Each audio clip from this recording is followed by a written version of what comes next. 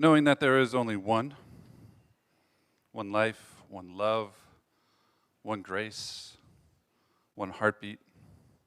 That is all that there is. It is the power back behind all things, the source of all supply that shows up as wisdom and compassion and beauty and power and peace and just showing up. This is what I call God. This is that divine, ineffable singularity. It is spirit. And I know that as the songbirds migrate at night, guided by the direction of the stars, that I am in awe that the songbirds and I share a gaze at that night sky. To me, this is God. Knowing that my body is an ecosystem of the ancestors that came before me, that I am not this outcome of a single human thread, but a web of relations that ripple out into the ocean of consciousness. To me, this is spirit. And when I try to remember a path or a river that I've only visited once and only in my dreams, to me, this is the divine. There is not a spot that this divine presence is not. And as such, I am of it. I am this localization of this infinite consciousness in this finite body. This is my truth. This is the truth for each one here as well, that no one is separated out from it, nor could they be. This is their divine birthright to know this, to know that wisdom and compassion and that beauty and that grace, to live it, to feel it, to breathe it. And so it is from that place in consciousness that I speak my word for this spiritual community here today. I know that the music here today is a reminder that just like bread and water is sustenance for life, so is music, so is art, so is beauty. I know that the words of Buffy resonate with the deep truth of each one, illuminating their unique expression of source and shaping the gift that they give out to this cosmos. And I know that in those moments of silent contemplation, that each one recognize that silence is not an emptiness, rather it is a fullness. It is not a void, but it is a place of presence and of peace and of knowing. And with all that, I know the health of this community, the spiritual health of this center, and the physical health of each one that is a member of this spiritual community. And so it is with great gratitude that I speak this word. Gratitude for this community, for this truth, for this knowing, and for the law that always says yes. That's right. And so I give this word into that law, knowing that it is done, knowing that it is so, and I simply say, and so it is.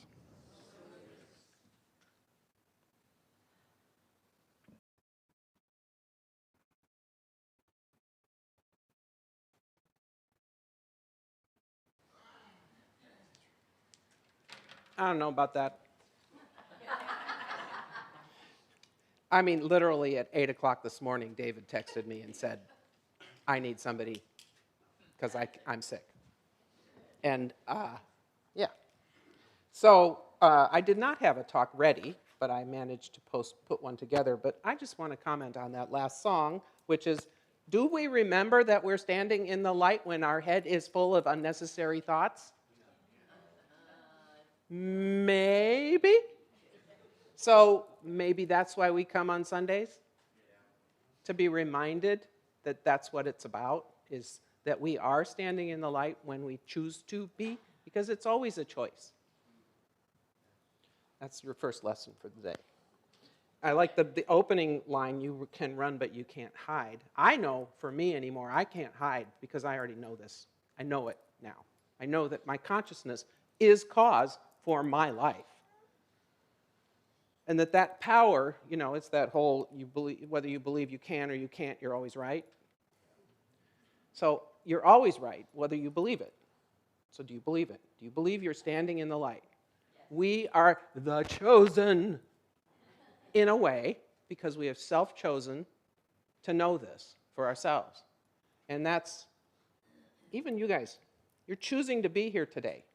Pointing. Mother told me not to point. I'm going to point anyway. I'll point with my whole hand. It's more genteel. Yeah. So I'm going to start with a little quote from Rosalind Carter. And we all know this lovely lady. A leader takes people where they want to go.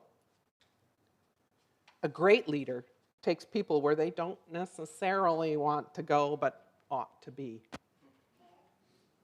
I like that. And the little blurb that David posted on the Facebook page for today's talk, basically, as I uncover my unhidden biases, thoughts, and stories, I can change the way I relate to the world, and I can participate in its transformation, the world's transformation, if I want to, if I choose to. I can sit here and navel gaze all the rest of my life and change a little bit of the world. Not sure if that's what we're here to be, at least me. Participating in transformation can sound a little scary. It yanks on people's, I don't want to be in that position of leading. It can be scary. Standing up for something you strongly believe in. Maybe you strongly believe in it enough that you're willing to really stand up for it. Or maybe you're just willing to learn about something new. So whatever end of that participation you land at, it's all okay. At our core, what do you think we are here at this center? What do you think we know? And this is a question for you. What do you feel strongly about? Anybody want to offer what do you feel strongly about?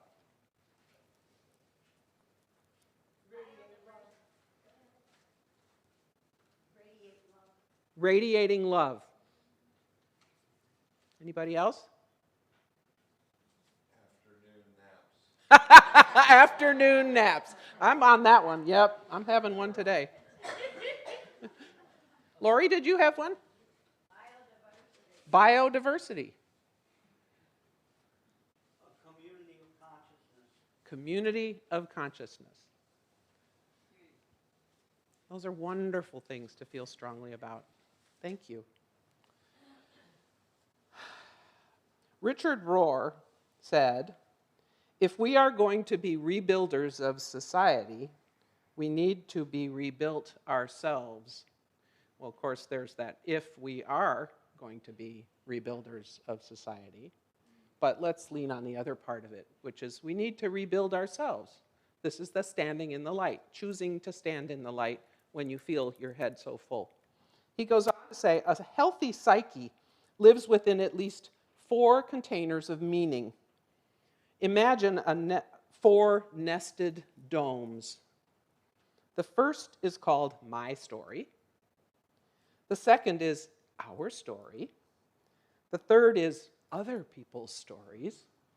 And the fourth is the story. This is what he calls the cosmic egg. It's the unique and almost unconscious gift of healthy religion, healthy philosophy, healthy belief. There's not just me, it's not just us, it's not just the bigger us, it's the real, the story. Ernest Holmes attempted to put that into a book, create a philosophy around the big story. And I bet there's people in here going, now what is that? Well, we'll go there. The whole, healed, saintly person lives happily inside all of these. Most of us are kind of, well, speaking for myself, I'm not always happily living inside all of them. I'm generally happy living inside some of them. So this story question that we started with, we're a story-making culture and a story-making being. My story, like what I believe about why my parents did what they did, how they raised me. They And a lot of you, I apologize, you've heard this before, but my parents, I got baptized and I got confirmed, and that was all we ever did. And I went to Sunday school, and my parents went to church, never talked about it. No context. I never learned why. I have no idea what they believed, which I'm sad about. I don't do that with my kids. So my story ended up being what I told myself about why we didn't talk about this. Probably we didn't talk about this because it was embarrassing. Or we didn't talk about this because it's shameful. Some of us, we don't talk, why, we all know that if you don't tell your children and explain to your children why life isn't working as a couple, they grow up thinking that it's because they didn't brush their teeth that mom and dad got a divorce. If we don't give them context, we develop stories. And those stories we carry with us throughout our adult lives, unless we choose to observe them and look at them and learn about them.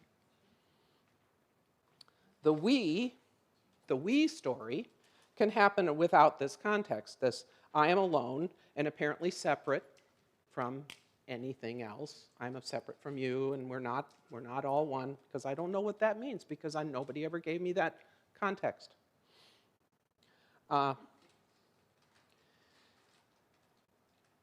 What happens when we grow up a little bit is we start meeting other people, of course, and we start finding out that maybe they have a different story. A little bit, maybe, or they have the same story. We find out we're not alone in our beliefs. We can also find out that our belief that we're the only ones that have that story, that secret story, is what they call in 12-step meetings terminal uniqueness. That which means if I don't address this unique experience, this belief that I'm the only one who has this horrible feeling or these horrible behaviors or whatever, it's going to kill me. It's terminal if I don't address it. So we may not be in a terminal uniquely place here, but I can find out that being in a group of people that believes what I believe, and it's an uplifting experience instead of this feels good. This feels good, doesn't it? To be in a place with like-minded people. Lost my page. And I got to apologize. What I'm saying may not always flow together because, I put it together in an hour.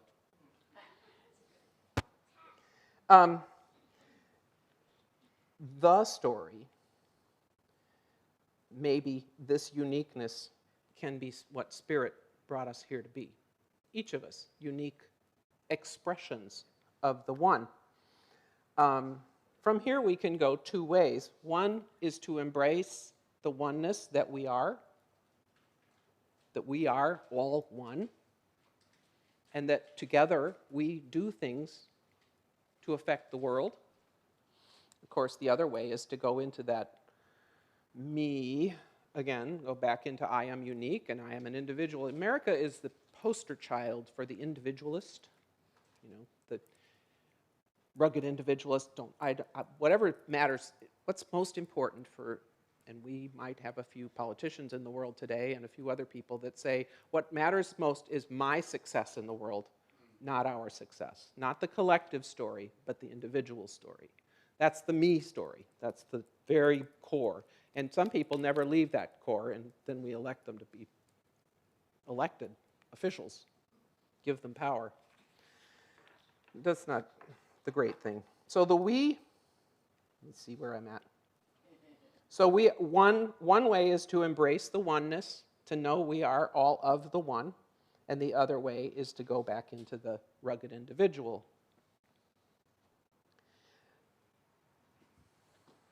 Let's see if I can bridge this one. Individualism is important. I am an individualized expression of Spirit, and I recognize that I bring something to the table. Each of us, as unique individuals, brings something to the table. And some of us bring little tiny people, too. Cutie pie.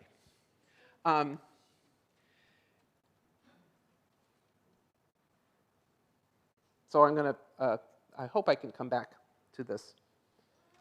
I am taking 3 classes in school right now. One is Speaker 2, so I'm fulfilling one of my requirements by giving this talk today.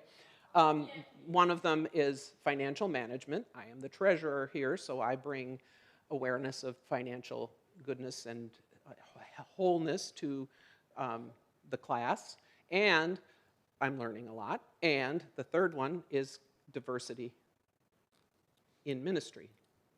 And when I thought diversity in ministry in Olympia, oh boy. So I'm like, well, you know, we don't really have a diverse congregation. How many of you think we aren't terribly diverse? Are not terribly diverse here? Yeah, it's kind of that. I see most of the people in this room kind of look, well, mostly white, mostly over 50, over 40 maybe, mostly. So my experience of thinking about that class, and then I got the statistics off the census for Olympia, and you know, there's less than 10% of the population in Olympia is people of color. So it's not really anybody's fault, but that's just skin color, really. So the first thing, she's not a reverend, Dr. Tracy Brown was our teacher. She's a practitioner. And she said, all right, I want each person in the class to check in. We're on Zoom. And she says, everybody's going to tell a 2-minute or less something about yourself that you don't think anybody else knows. And we had, and like always, I always raise my hand right away because I have to offload my ideas so that I can listen. So I said, well, I'm an artist. I've been an artist my whole life. And now my art is more writing than it is making pictures and doing all the other things. But then I listened to all these other, and there were 25 people in the class, and so everybody's sharing, and someone's, I jumped out of an airplane, and you know, I mean, these really cool things about themselves that other people did not know about them. And after that, Dr. Tracy said, what was that about? How did you guys like that? And somebody says, we're so diverse. And I thought, gosh, we are. We are diverse, but we don't know it because we don't really know that much about each other. Some of us know each other pretty well, but we don't know because we don't know that we are diverse, unique, and essentially unusual expressions of the one. We have a consciousness that we are not. And when we talk about how do we increase our community, how do we grow the community, we have to grow it by increasing the diversity of our consciousness. And when we could increase our diversity consciousness, what will happen is that we attract more interesting, unusual people of all kinds. Like us, yeah. So, in this diversity class, we have to make a proposal to the class, and we have teams, and we are designing a diversity. How do we increase the diversity in whatever center you're at? And it can be a hypothetical program or whatever. So my partner and I thought, well, let's do something. First, we'll talk about the benefits of diversity. What is it? It's fabulous. You know, 2 years ago, I went to London, and we traveled the subways for 5 days. And it was so cool. There's nobody speaking English on the plane, on the subways.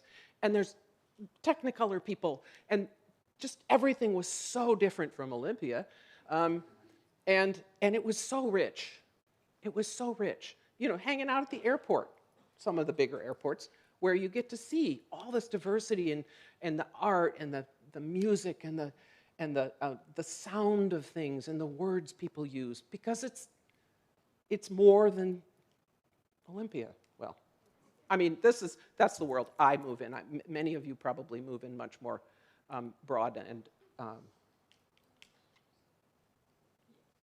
broad-ranging communities beyond this.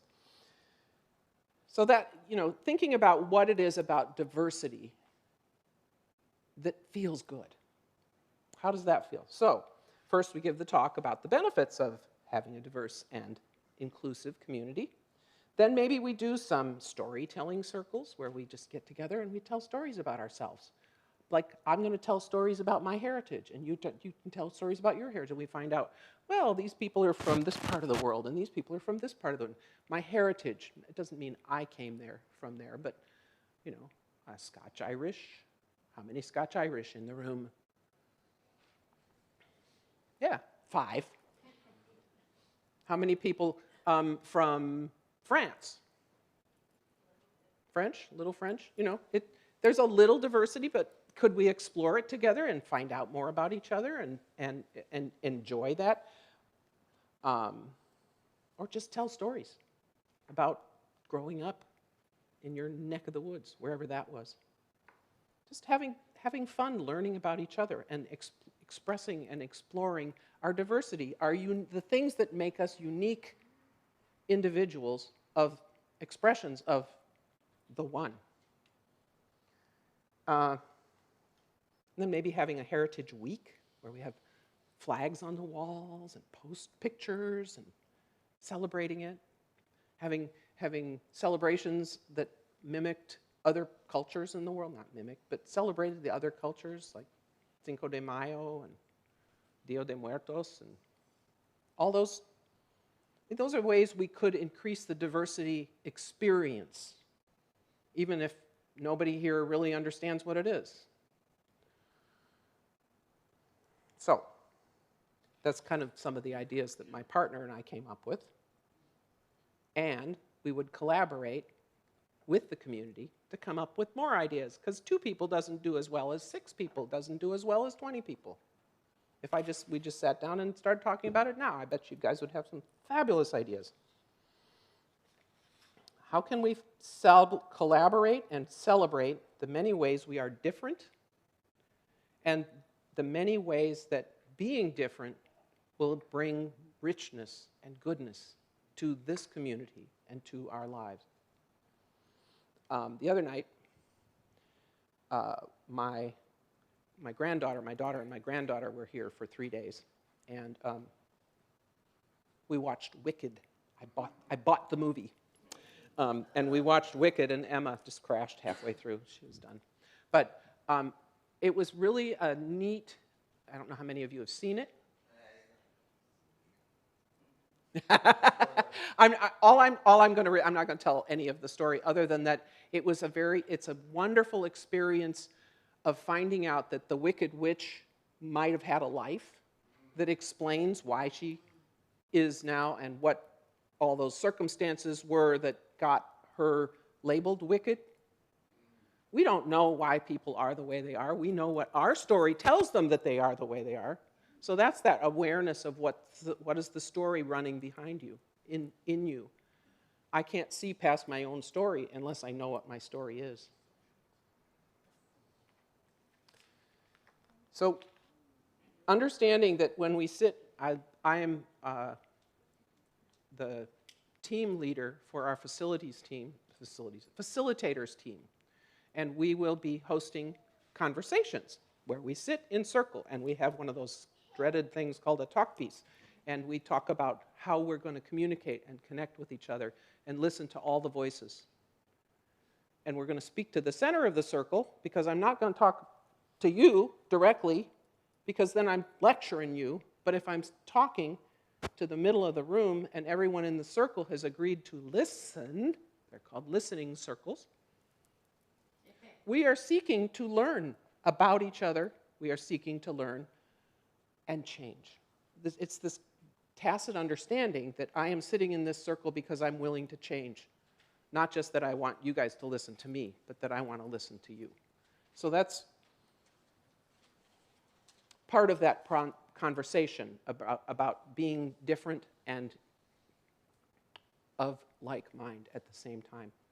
You ever feel like you're like, there's 2 parts to your brain where you know you're all one, and yet you're not going to change the way you do it?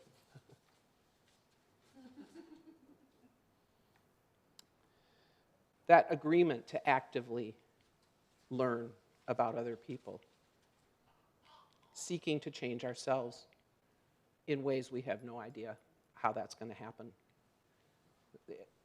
It's important to go into those conversations, those dialogues.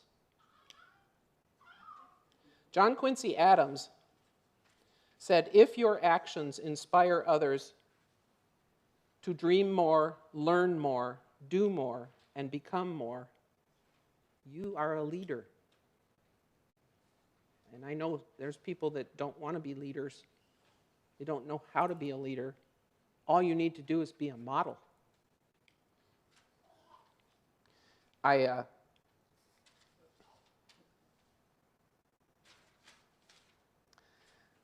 used to watch Dr. Phil on Oprah. You know who Dr. Phil is? And he would tell parents to run the tape with their kids, telling their kids about self-responsibility, telling the truth, appropriate behavior. Run the tape, run the tape. Just tell them. They may not even appear to be listening. Just keep telling them, keep telling them, keep telling them. Because when their kids are under stress, that tape's back there. So that's what we do here, is we run the tape over and over again for you guys about wholeness. You are whole and complete just the way you are. And why are we whole? This is where I'm going to diverge from what I wrote, because I call this the so that principle. I am whole and complete, and I have this amazing teaching in my heart and in my soul, and I know it to be true, that I have all the power of spirit at my hands so that I can take it out there into the world, so that I can be running the tape in the world, so that I can be a light. And I'm hoping that all of us can understand that that's all you need to be a leader. If you're just standing in the grocery store line and you're chatting with people and you're lifting up their perspective a little bit, just offering an up perspective. You know, that I was chatting with a woman at the gym recently, and I said, how you doing? And she goes, just hanging in there. And I went, how's that working for you? Are you just hanging in there? Or what do you want to claim? You know, what do I say? Call fabulous? Fabulous comes? What do you want to claim? Do you want to just claim I'm just hanging in there? I'm doing okay? Or things are getting better for me? What do we want to claim? What is that? That's the tape I'm hoping that you will run. That's the light, what's the song again? I had to write it down. Standing in the light. You can't run. You can't hide. When you start to know that that's the tape running in your head. I know that's actually not true. I am doing really well. I am finding something good. And if you can't find something good that's going on in your life, who do you call? Not Ghostbusters. You call a practitioner. And most of us are already practitioners. But how do we find that good when we are stuck in scare? How do we find that good when we are stuck in lack, in doubt? Ask for help. We're not on individual planets. We could have been. But this world, we are here together to learn together. Choose your source of who you ask. Choose your source for who you ask. Over and over again.